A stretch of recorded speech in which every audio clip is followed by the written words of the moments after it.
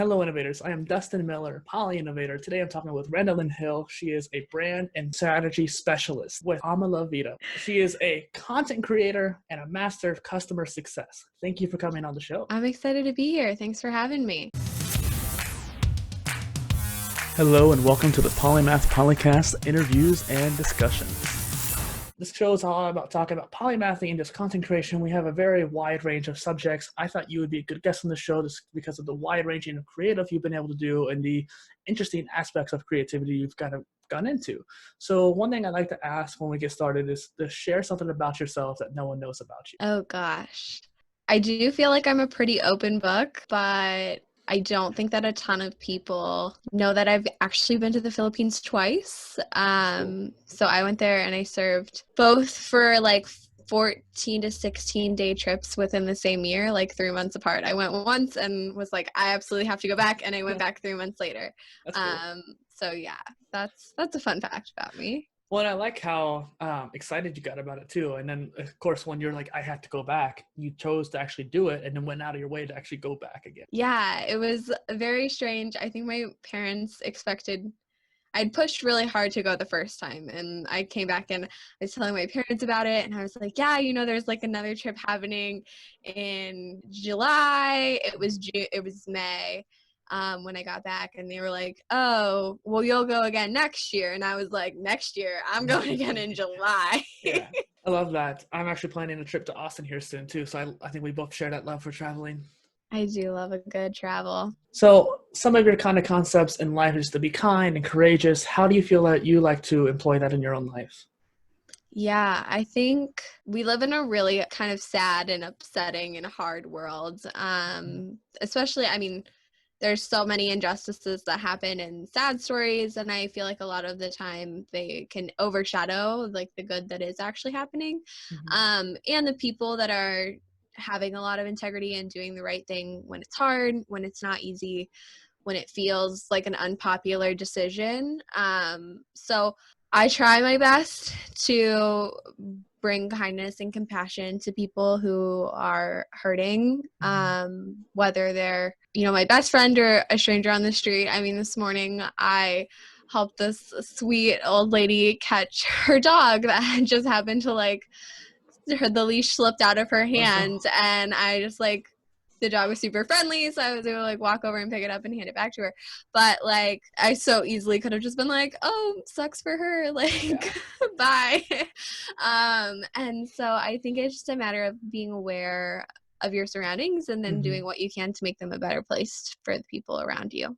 Definitely. And, it kind of reminds me of is that there was a college experiment where they had these ethics students, two different groups, where they're talking about the Good Samaritan story, and they had two groups spread out. And the first group went straight to the other location they were sent to, basically. And then the second group, they actually had a person pretend to be needing help, laying on the ground asking for help. And ironically, they were both groups were under a time constraint. They were rushing over to this other place that they needed to go to. And that first group, they didn't have the person there, so they just went straight to it. But then the second group, they had that person in front of them, and they just started walking over them. They didn't even even though the whole point of doing this trip, going from point A to point B, was to actually talk about the Good Samaritan story. They weren't being the Good Samaritan idea themselves when they're going past it. You seem to be that kind of person who sees that problem going after it. I would like to believe that. I don't know that I hit it every day. I'm pretty aware of time, but I also try to live really intentionally and create space in my schedule for things like that to happen, so I can respond to something in the moment instead of going home and beating myself up over something I did or didn't do later. But I think it has really changed a lot recently. I used to live in Chicago, moved back to this middle of nowhere town in Pennsylvania where the speed limit is 25 miles per hour. I love it. Everyone I tell that to is like, oh my gosh, why? What possessed you to go there? But it is really close to home. It's where I grew up. And to me, it's kind of the hub of, I guess I think of it more as there's a difference between hustling and hard work. So the people here I would say are really hardworking, Monday through Friday, they do what they need to do, they get it done, and then they rest really well. So they don't really tend to burn out easily. Whereas in big cities, or even like most anywhere you're experiencing modern culture, is like go, go, go, go, go. And then after a month, 3 months, 6 months, whatever your own like personal limit is, you're like, I need 60 days off because I can't recover from this.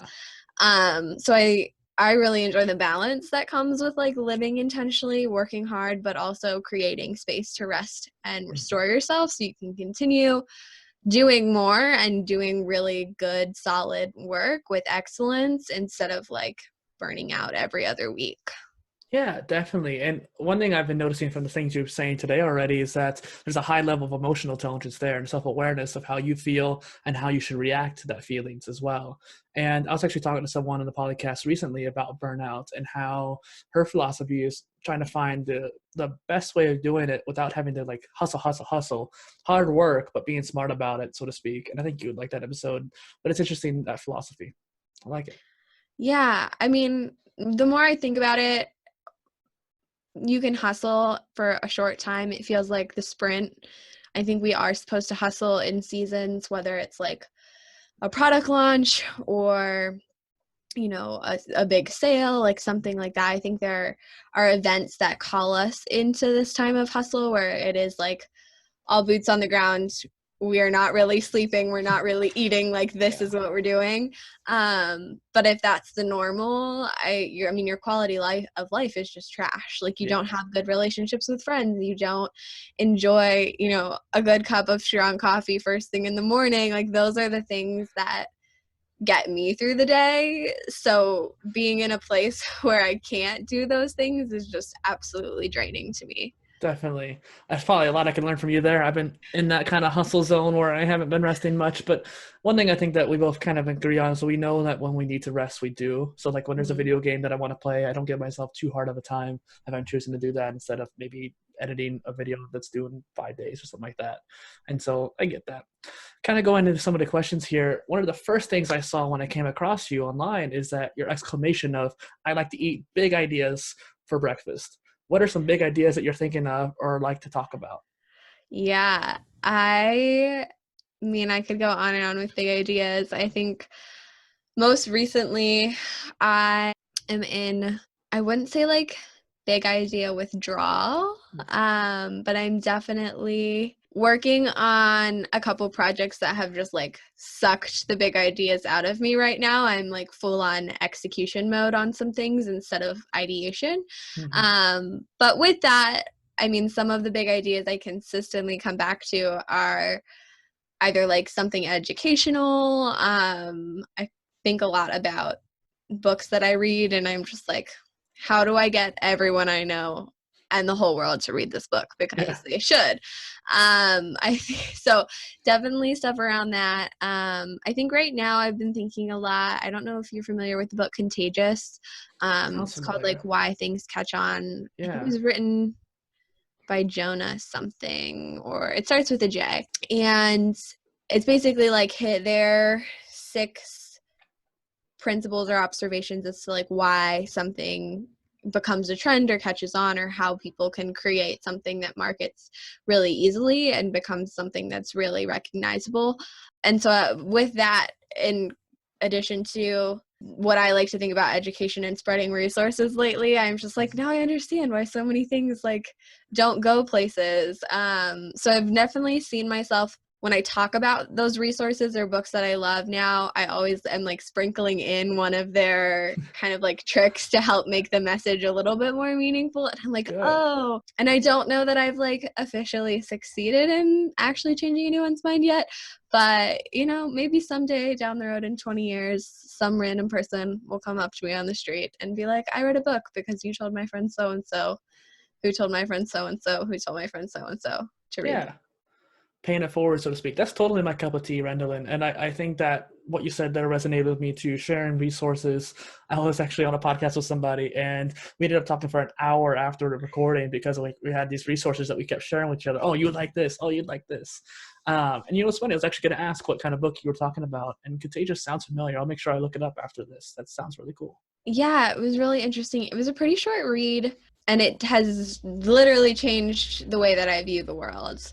I would say there are very few books that have stuck with me kind of in my daily trains of thought after I read them.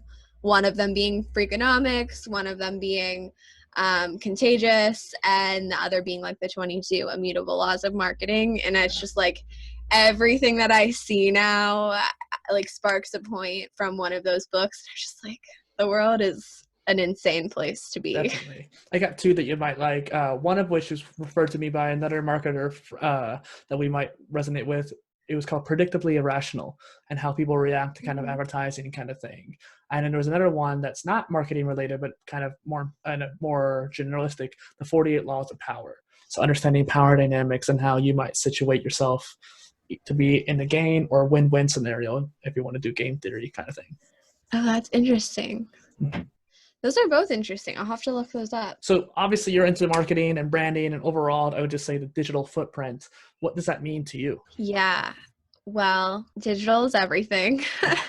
Print is dead. As much as I will buy hard books and I love, flipping through the pages, I am a Kindle reader.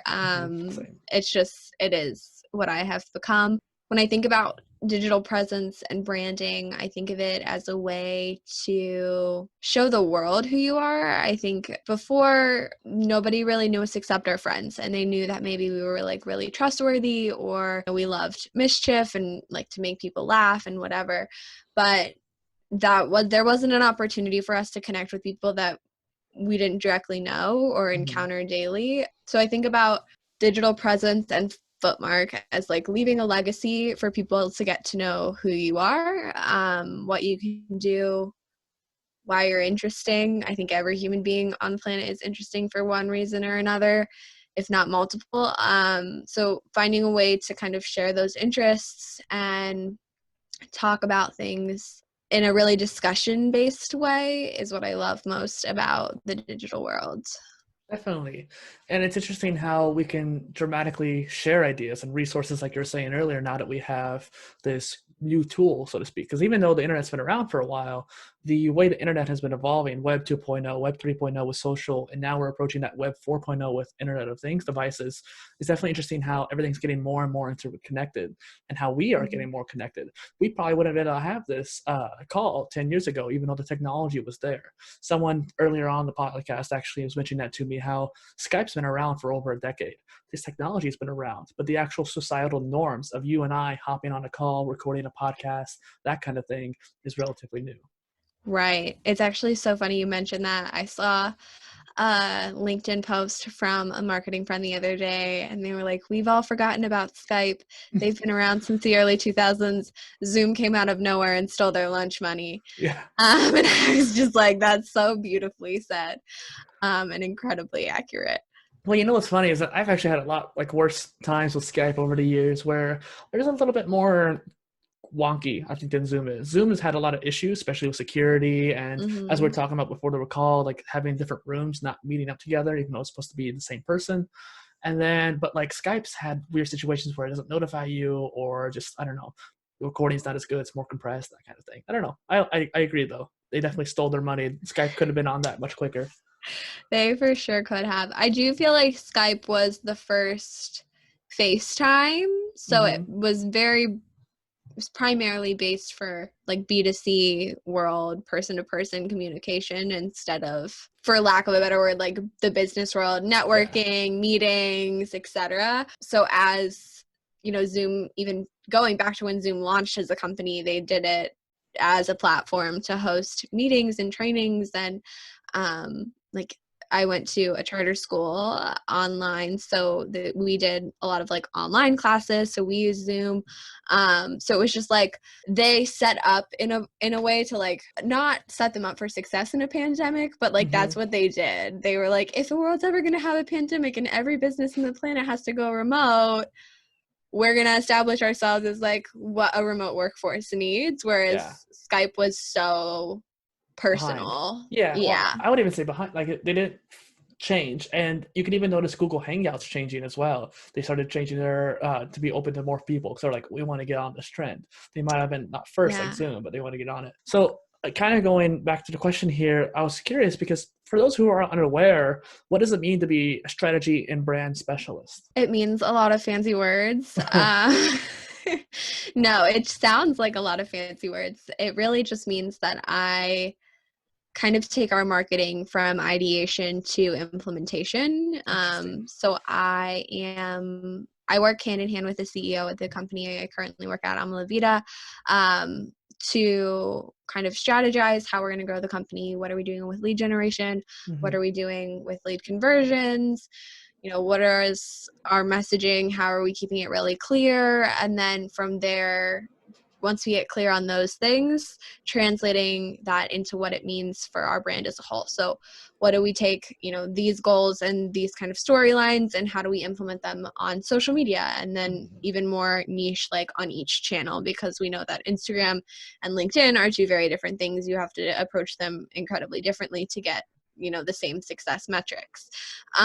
So it's like, how do we roll this out then in our emails and on our website and in our interactions, like on webinars with people, all of those things. So basically anything that goes online from Ama La Vida, I've likely had a hand in touching, producing, proofing, creating, etc.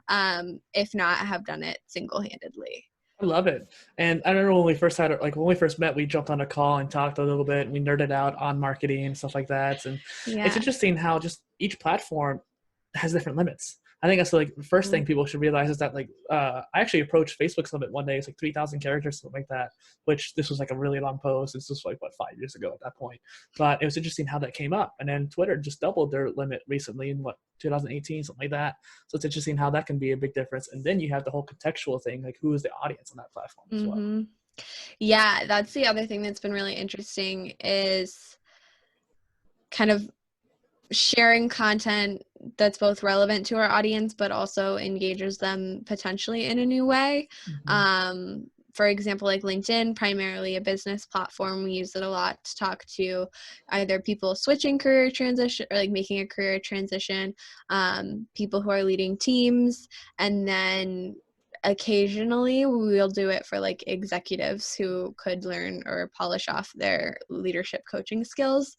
But what's really interesting is when we then post content related to like the health and wellness coaching side of our business, and seeing how people who maybe are struggling with like stress and burnout or confidence or like IBS, like things that can really impact any person suddenly like come to life on a primarily like business platform.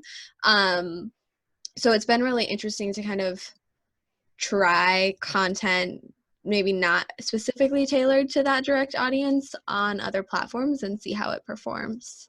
It's interesting too. And it's almost as if you guys are taking that whole Gary Vee concept of jab, jab, jab, right hook. Because I've seen a lot of Ama La Vida content on LinkedIn, for example, and it's always been very interesting and engaging. And it's not even necessarily meant for me. I'm not necessarily the persona for that, but I've always still thought it was interesting and well done. So congrats to you.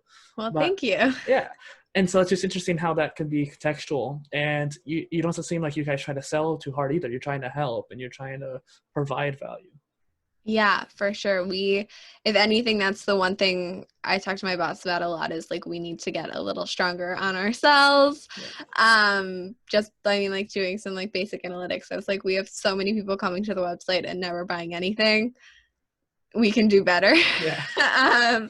But from a like social media perspective, I think social media is the place to be incredibly helpful, to be a resource, to be like a hub for community discussions, and just to be something that the people can depend on for whatever it is that you want to be known for, whether it's like memes or news or thought leadership. Like become that hub of what you want your followers, your community members to find, and then don't deviate from that. Interesting you say that, because that kind of goes into my niche. An example I wanted to kind of push that a little bit, pick your brain, is that my niche is polymathy. The sub niches is where I get into the nitty gritty, like education, like we were talking about before in a little bit, or innovation, something like that. But the inherentness of a polymath is someone who doesn't focus and who does deviate. So where do you think that might lead? Like, obviously it won't be successful in the forerun, but Right. I mean, but if that's your brand, then that's okay.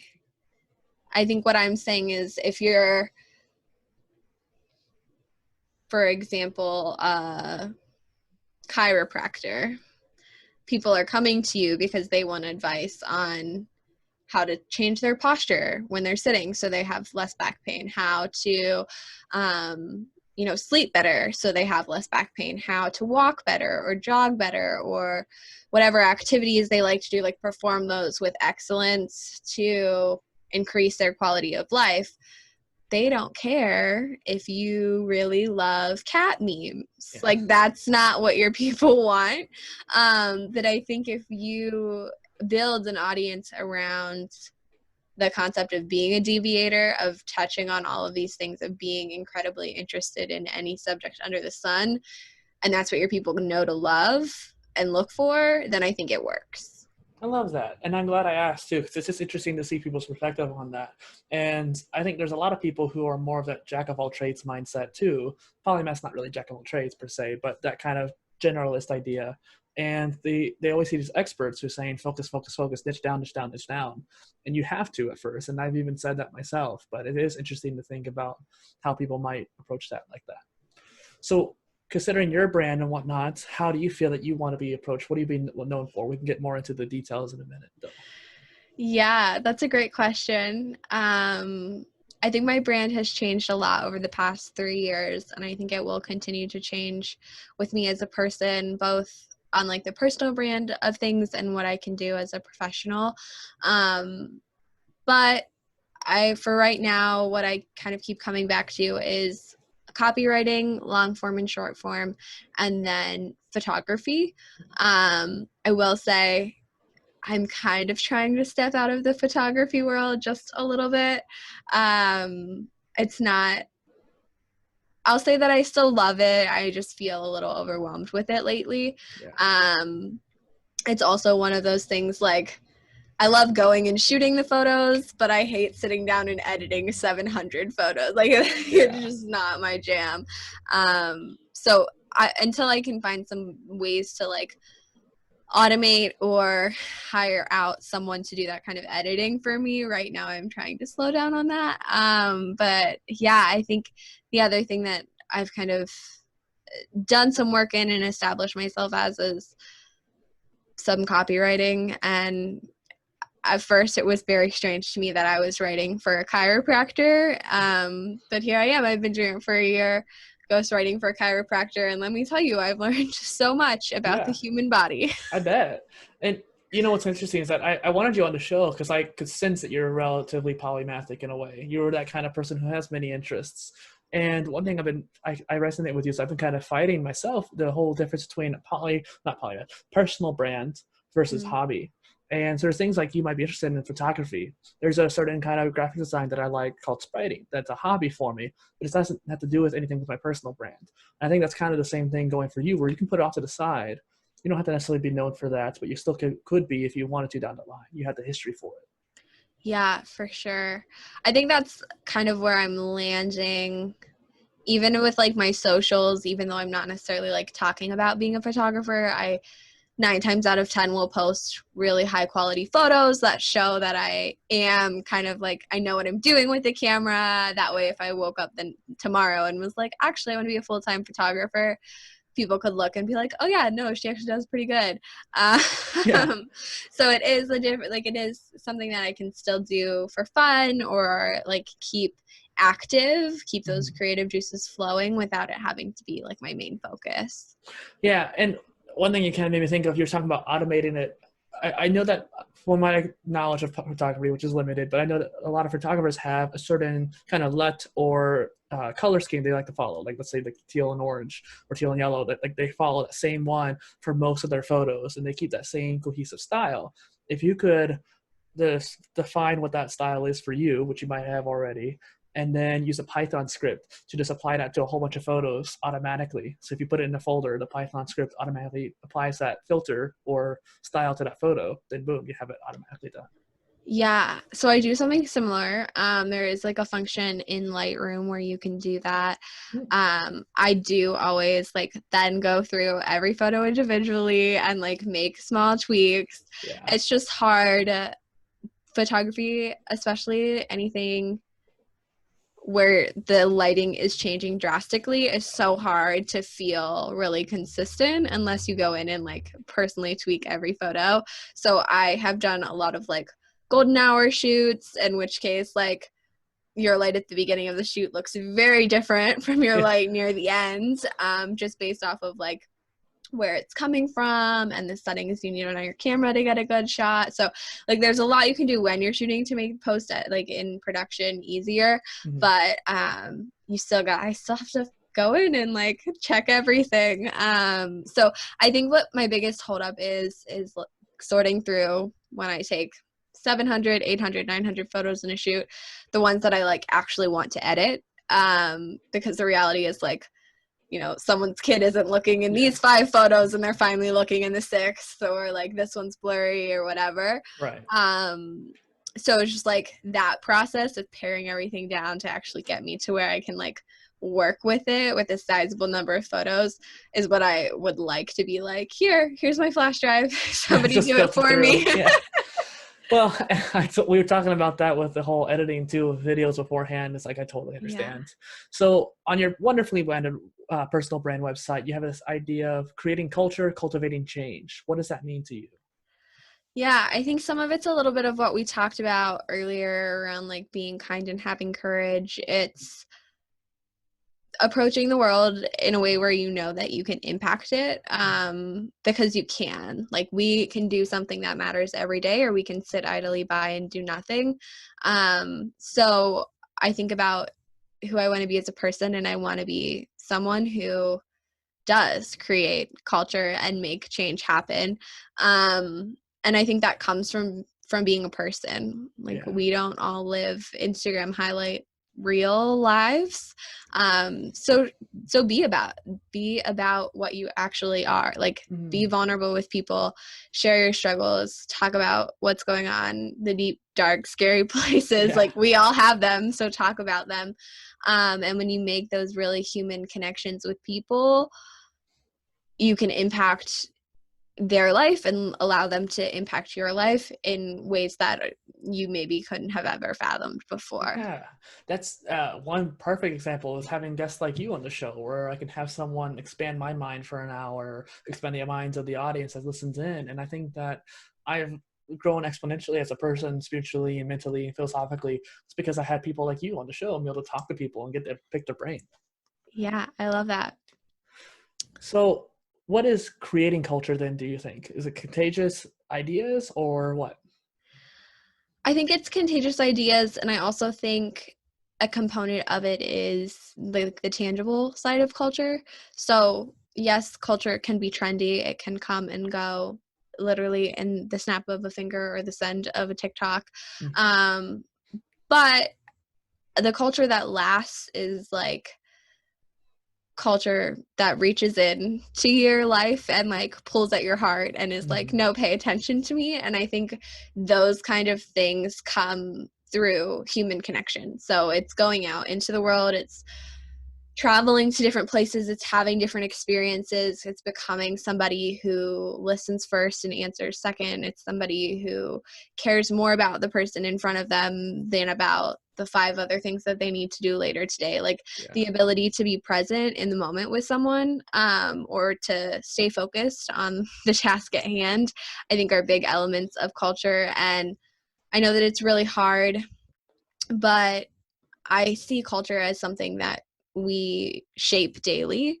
So I like to think of it kind of as like maybe a piece of clay that we kind of like Mold decide what together. we're going to be in a Yeah. day. And we can either like be really short with people and be negative and kind of like chop this clay off. And at the end of the day, we just have this like tiny little ball and we're like, wow, I'm really lonely. That was a Yeah. bad day. Yeah. Um, or we can find other things and kind of like add to it and shape and grow ourselves as people, and create a world that you want to be a part of. I think there's something about this world today that everybody dislikes or doesn't feel super great about, or like there's something happening that people want to take drastic change on.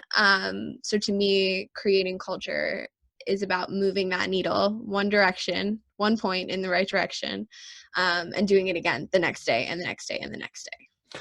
So I love that. And one thing you kind of made me think of towards the end there was like moving that needle a little bit by a little bit. It kind of reminds me of Atomic Habits by James Clear, where they're talking about the compound interest of your habits and how if you do it every day, you get about 35 or 37% forward in that year.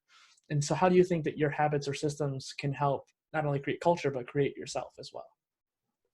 Deep question, I know. I don't know that I've ever actually been asked a question similar to that I could even like pull something from. I think we are the culture we shape, whether we want to admit that or not. We are a generation that has become so engrossed in technology, like we're the reason TikTok blew up over the course of a month, 3 months, whatever. I actually use TikTok as an example, but believe it or not, I don't even have an account. Like I boycott TikTok on all We're going to fronts. talk about that. I hope you know that. TikTok is not something that I love or will ever use. But anyway, I think when we kind of set a goal out to either, the other thing that I feel really strongly about when it comes to culture and change, I don't want to be somebody, I want to be someone. Okay. Like I want to be someone who stands for something. I want to be someone who showcases courage and compassion and kindness. I don't just want to be like somebody that I know. So the whole time I think about this, I think of all of these things through like this lens of becoming someone who's going to make these changes happen. And you don't just become someone overnight. Like that's a journey, that's a process. And you get there taking it one step at a time, moving that needle one point in the right direction every day. And it is that atomic habit. You know, some days you do it really well and maybe you move it 2, 3, 4 ways in the right direction, and sometimes you go back in a direction. You go one step back because it was just a really hard day. But I think having that commitment, overarching, that you like know where you're going is really important. Understanding your macro view, and it comes back down to self-awareness. Now, one thing you've mentioned twice now that we can't avoid is the TikTok question. And something you said too that's kind of ironic in a way is you said that no one becomes something overnight. And I think that applies to businesses too. They need to apply that atomic habits to business decisions too. And that comes down to TikTok. People keep saying, you're the third person I've heard in the past week who said TikTok has blown up overnight. But in my view, I've been on there for 2 years now. And I've seen it grow. And back in January, it was still super big. They were talking about it on the news, how it's been something that blew up overnight back in January. So I don't see how it could blow up overnight twice at this point. What do you think of that? Yeah, I mean, I think there's a tipping point in any kind of what I could compare it to like the press curve, which is like where you take a bell curve and you can either like be too early in the trend that nobody wants to care what you have to say. They're like, oh, I don't know what this is. I've never heard of it before. And as you kind of like go up, once you're right about here, people are like, oh, wow, like this is so interesting. Like yours is what your content's going to be, what people are reading, what people are seeing. And then as it kind of spikes and you come to like the tailwind of it, people are like, oh, I'm kind of over this. I've seen like 7 articles about it on my Instagram today. Like, okay. And it just kind of like drops off and it's done. So I think depending on like where you're at in the cycle, and I wouldn't say that it's necessarily the same illustration for businesses. I think businesses kind of hit more of like a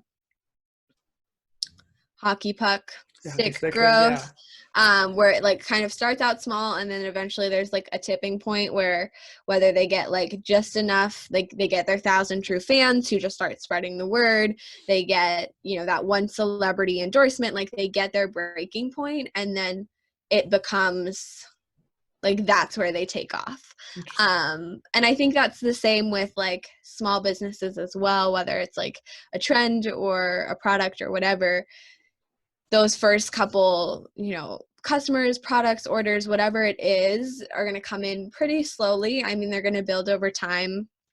You're going to have kind of steady growth of some sort, whether it's exactly what you're looking for, or maybe it's a little bit different. And then overnight, eventually, like, that's going to increase because you've hit your tipping point where maybe you don't have to put as much work in to still get, you know, the same or better results. Now, like, other people are talking about it. You're not the only one talking about it. It has now become like either a household name or a hot topic. Like, it's something that enough people have awareness around. Like, once you hit that awareness spectrum, you become like the real deal. I mean, that's why people talk about like Shark Tank. Like, even people who don't get Shark Tank deals end up going on to create these really awesome companies because they had their one moment of massive brand awareness. And even though a Shark Tank investor didn't like buy their company out, now everybody who watches Shark Tank like went and ordered something from them. They know about them now. Yeah. And it's interesting you brought up the hockey stick example, because when you were mentioning the bell curve, I kept thinking hockey stick, and then you mentioned it right afterwards. It was perfect. I think that the early adopters for TikTok, they got bought out with Musical.ly. Like, Musical.ly had the issues of trying to find those early adopters, and they were so music oriented that they actually had a flat line of growth, I feel like. And then when TikTok came in, they opened it up to be more like Vine, where you had a lot of creatives in different areas. And so I saw it kind of hockey stick, obviously around January, like we mentioned earlier, and had a lot of people join in and started growing a bit, and it was on the news all the time.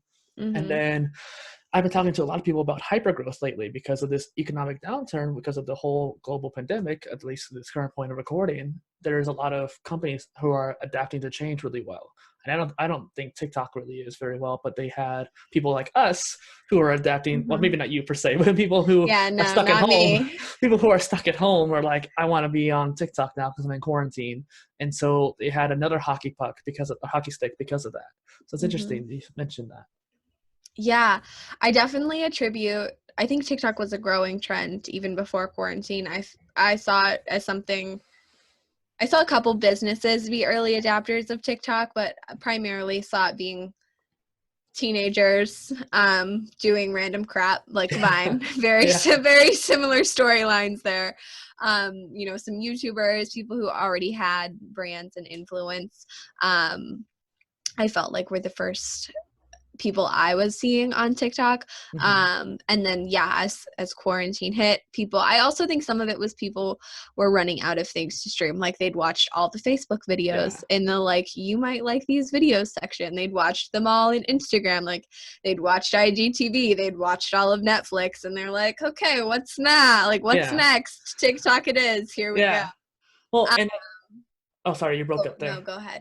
Well, I was just going to say, I think that's kind of the point I was trying to make, that I wasn't even trying to necessarily say it was TikTok's deal. I was looking at it more as like, what's the change going to look like because of this negative, quote unquote, situation, and how does that impacting B2B and B2C? I do think everything is a lot more digital. I would say B2C, we think a lot about kind of our standard advertising platforms being social and inbox marketing, but I think there is a level of just overwhelm right now. I mean, I get 5 emails from Wayfair a day about something that I might love. And they're not wrong. I do love it. I just can't buy 5 pieces of furniture from them a day. I mean, maybe for one day, but not like consistently every day.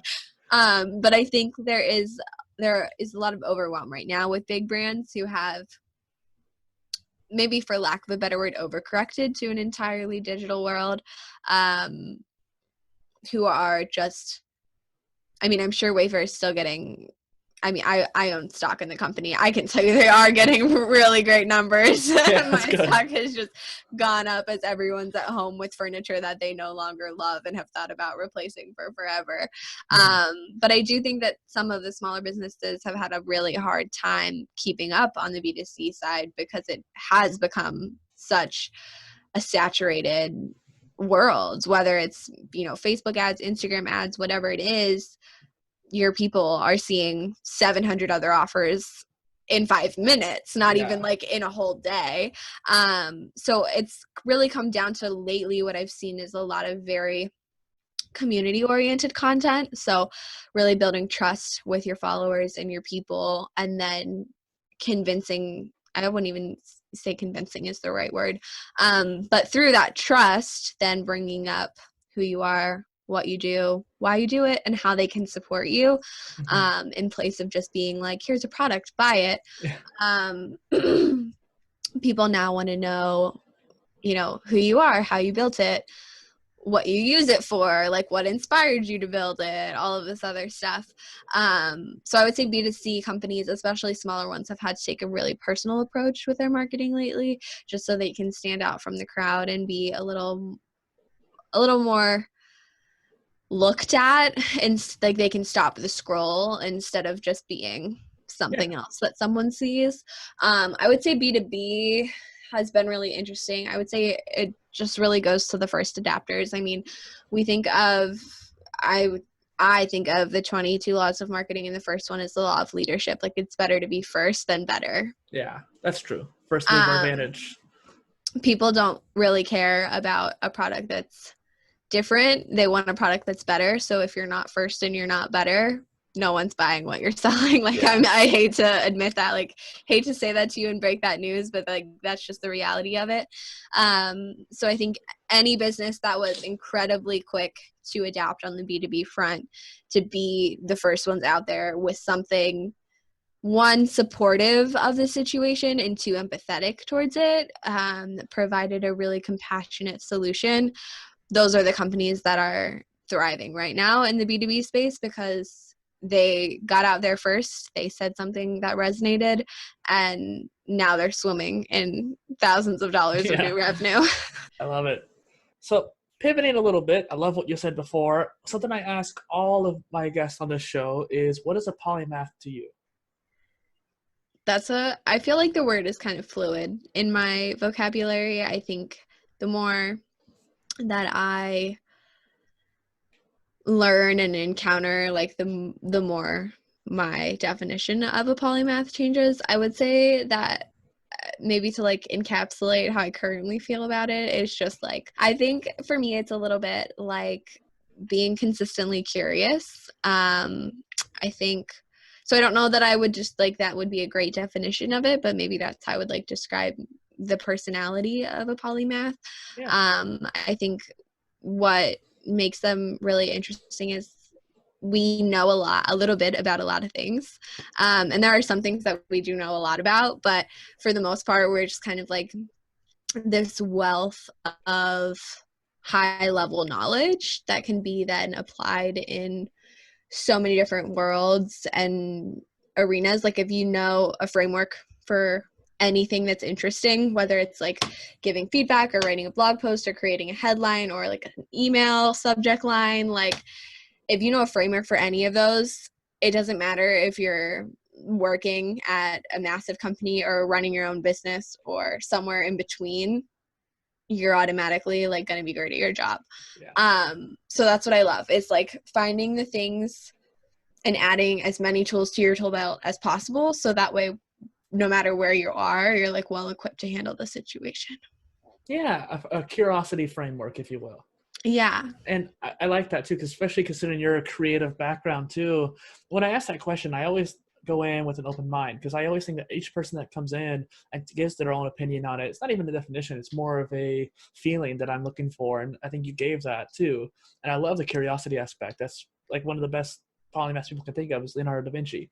And one of his core principles is curiosity. And I think that's very important, especially your idea of translating in a way, being able to take that framework and apply it to other areas. Yeah. It's definitely, in my world, sorry, it's allergy season if you can't tell.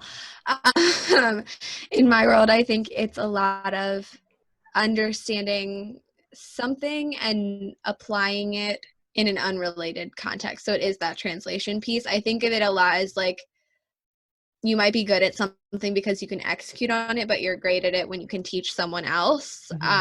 So I kind of strive to be in that, like, I'm great at it, I can implement this in multiple areas of my life. Now I'm going to teach somebody else how to do it, and bringing someone else alongside into that process.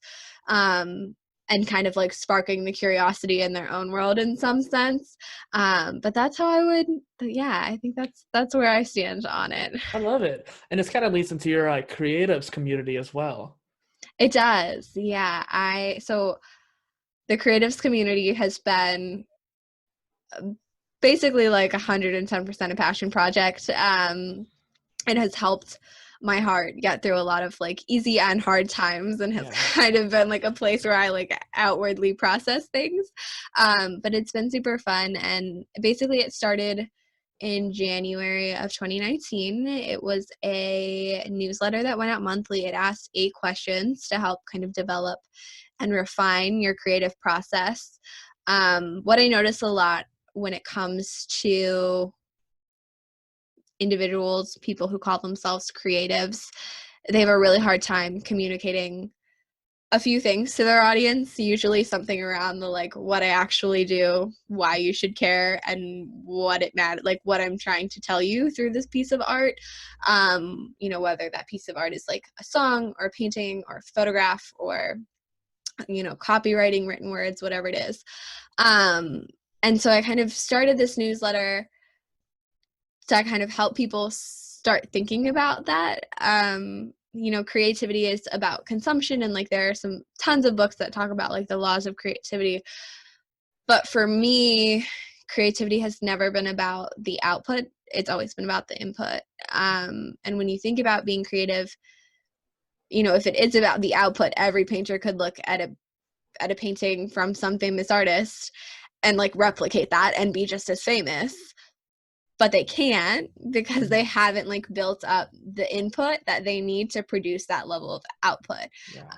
So when I think about, being creative and being a creator, I think about changing my input to change my output. So that's what this newsletter was kind of started around. It went out monthly for a year, and then 2020 kind of hit like a bus. And it has been on pause currently, but I'm super excited to be reviving that community and incorporating a couple new elements into it as well. So I think it's going to be a really cool landing place for creatives and creators to kind of share in really open dialogues about what's working, what's not working, how to get over, those brain barriers of the fear of creating and like shipping out your work and all of those things.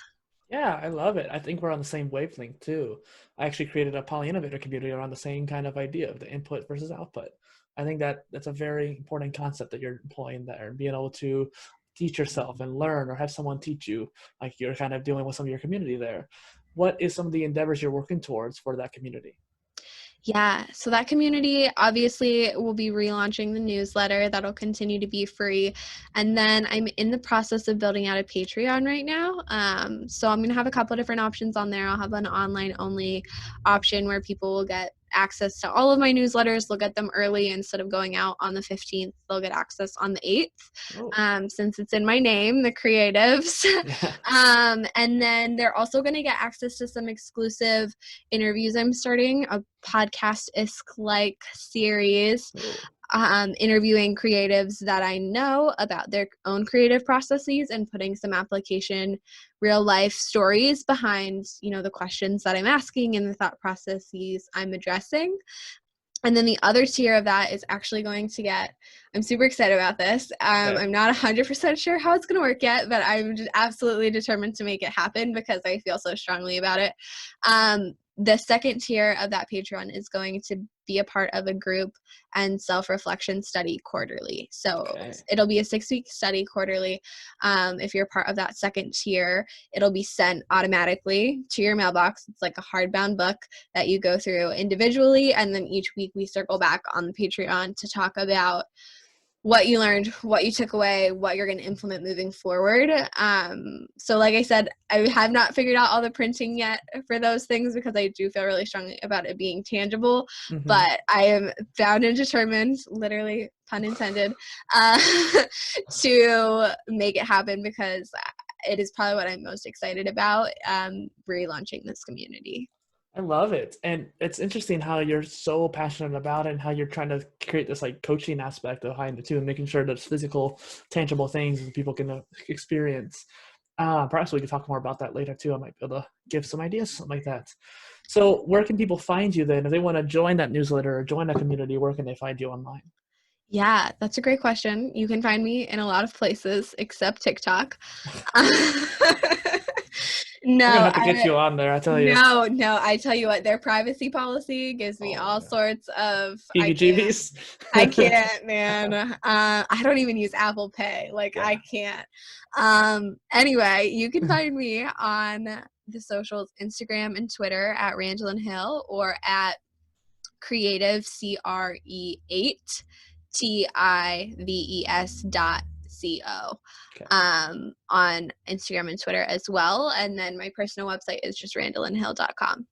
Awesome. I'll make sure I have links in the description there. So obviously you want people to sign up for the newsletter. Totally, that's a good call to action. But what do you think would be a good creative call to action for the audience today? Ooh. I would challenge them to